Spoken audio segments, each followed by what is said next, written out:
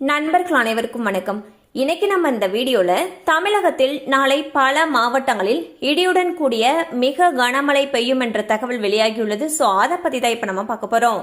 டிட்வா புயல் ஆழ்ந்த காற்றழுத்த தாழ்வு மண்டலமாக வலுவிழந்து சென்னை அருகே கடல் பகுதியில் 50 கிலோமீட்டர் தொலைவில் மையம் கொண்டுள்ளது.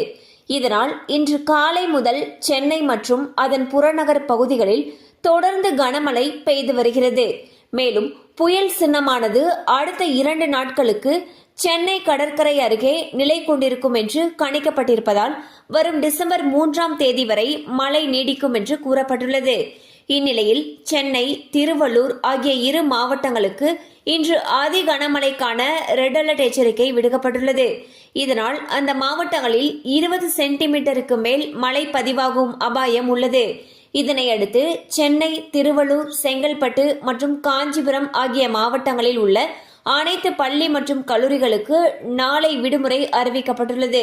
ஸோ பாத்தீங்கன்னா டிட்வா புயல் காரணமாக தமிழகத்துல பல மாவட்டங்கள்ல கனமழை பெய்து வருகிறது. இந்நிலையில் கனமழையின் காரணமாக சென்னை, திருவள்ளூர், செங்கல்பட்டு மற்றும் காஞ்சிபுரம் ஆகிய 4 மாவட்டங்கள்ல இருக்கக்கூடிய பள்ளி கல்லூரிகளுக்கு விடுமுறை அறிவிச்சிருக்காங்க. ஸோ டிசம்பர் 2ஆம் தேதி விடுமுறை அறிவிச்சிருக்காங்க.